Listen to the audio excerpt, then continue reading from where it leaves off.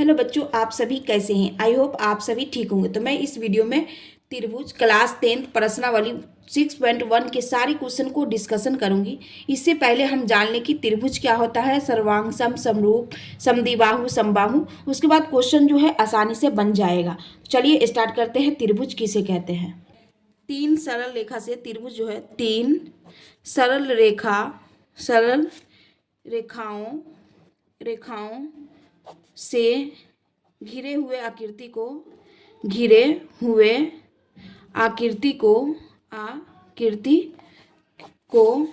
क्या कहते हैं, त्रिभुज कहते हैं। तो ये है तीन रेखाओं से, यानी तीन सरल रेखाएं से घिरे हुए आकृति को क्या कहते हैं, त्रिभुज कहते हैं। ये हो गया त्रिभुज, इसे हम त्रिभुज कहते हैं। एक हो गया, दो हो गया और ये तीन सरल रेखाओं से घिरे हुए आकृति को क्या कहते हैं, त्रिभुज कहते हैं। इसमें होता है, एक होता है समरूप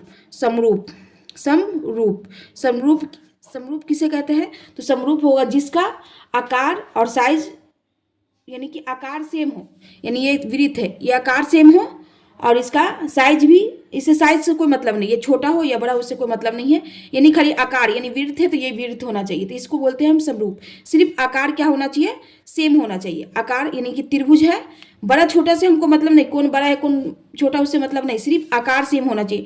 यानी कि ये त्रिभुज हो गया, दोनों त्रिभुज है तो ये क्या हुआ, समरूप है। एक वृत्त एक त्रिभुज होगा तो ये समरूप नहीं होगा, ये समरूप नहीं होगा, यानी आकार सेम होना चाहिए। इसमें आकार जो सेम रहेगा उसी को हम समरूप बोलते हैं। अब हम समरूपता देख लेते हैं। इसमें दो नियम है, दूसरा हो जाएगा समरूपता में है, फर्स्ट आप याद रखिएगा, इसमें क्या है, संगत भुजाओं का अनुपात बराबर, इसका दो है, इसको फॉलो करना पड़ेगा। क्या है, संगत भुजाओं का अनुपात बराबर, भुजाओं का अनुपात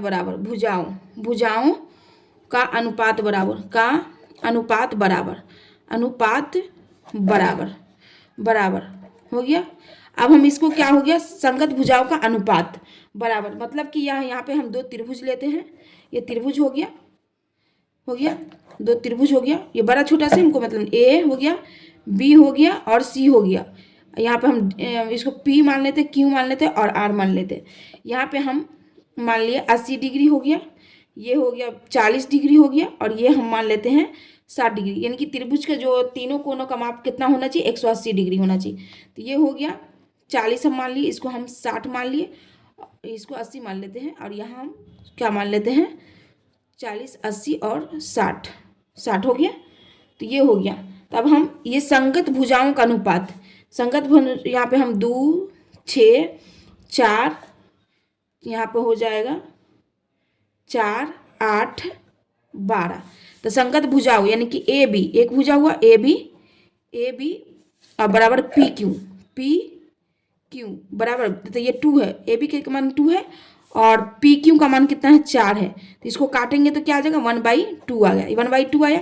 फिर हम करेंगे बी सी बट्टा क्यू आर, तो बराबर हो जाएगा, बी सी का मान 4 है और इसका क्यू आर का मान है 8 है। इसको भी काटेंगे तो ये क्या है, 1/2 आया। अब हम करेंगे ए सी बट्टा हो गया पी क्यू बराबर हो गया, ए सी कितना है 6 है और पी क्यू कितना है 12 है। तो 6 कम 6, 6 दूना 12, 1/2 है। तो ये संगत भुजाओं का अनुपात क्या हुआ, बराबर आया, ये तीनों बराबर आया। ये संगत भुजाओं का जो अनुपात है ये बराबर आना चाहिए, तो ये सही हो गया। अब हम इसमें दूसरा है, संगत कोण का बराबर होता है। संगत कोण, इसमें क्या समरूपता में क्या होता है, संगत कोण भी बराबर होगा, संगत कोण बराबर होगा। तो ये आप याद रखिए, समरूप में क्या साइज क्या होता है, दोनों का सेम होना चाहिए साइज, इसे आकार से कोई मतलब है, छोटा बड़ा से कोई मतलब नहीं है। समरूपता के दो कसौटी है, संगत भुजों का अनुपात बराबर होना चाहिए, संगत कोण जो है वो बराबर होना चाहिए। संगत कोण बराबर मतलब कि कोण जो ए है, ये कोण ए बराबर क्या है, अब एक कोण ए 80 है और यहाँ पे कोण आर 80 बराबर है कोण आर के, ये तो संगत कोण बराबर हुआ। अब संगत ये बी है, हो गया कोण बी हो गया 40 और इसका कोण पी हो गया, ये पी हो गया। फिर कोण संगत कोण सी हो गया और सी का कितना है 60 है, यहाँ पे 60 किसका है तो आर का है, ये क्यू का है। तो ये हो गया संगत कोण बराबर हो गया, संगत कोण बराबर हो गया। अब हम जान लेते हैं सर्वांगसम क्या है। अब एक बाकी रह गया सर्वांगसम, सर्वांगसम इसको हम जान लेते हैं। इसके बाद क्वेश्चन चुटकियों में आपका बन जाएगा। जिसका आकार सेम हो और माप भी सेम हो, यानी आकार भी सेम होना चाहिए और इसका माप भी सेम होना चाहिए। यानी अगर ये 3 सेंटीमीटर का तिरछा है, यहाँ पे सॉरी नहीं दिख रहा हुआ, तो ये भी 3 सेंटीमीटर की ही तिरछा वाला होना चाहिए। यानी आकार भी सेम होना चाहिए और इसका माप भी सेम होना चाहिए।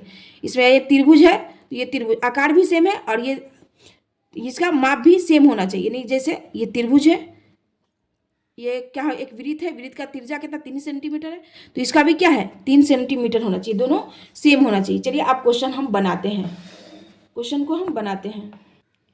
तो यहाँ पे क्वेश्चन फर्स्ट है, कोष्टक में दिए गए शब्दों में से सही शब्दों का प्रयोग करते हुए रिक्त स्थानों को भरिए। तो सभी वृत्त कैसे होते हैं, समरूप होते हैं। क्या होगा यहाँ पे होगा समरूप। समरूप क्यों होगा, समरूप क्योंकि जो वृत्त है, ये छोटा रहे या बड़ा रहे, ये सब क्या है समरूप है। तो वृत्त क्या हुआ, समरूप हुआ, तो ये फर्स्ट होगा समरूप होगा।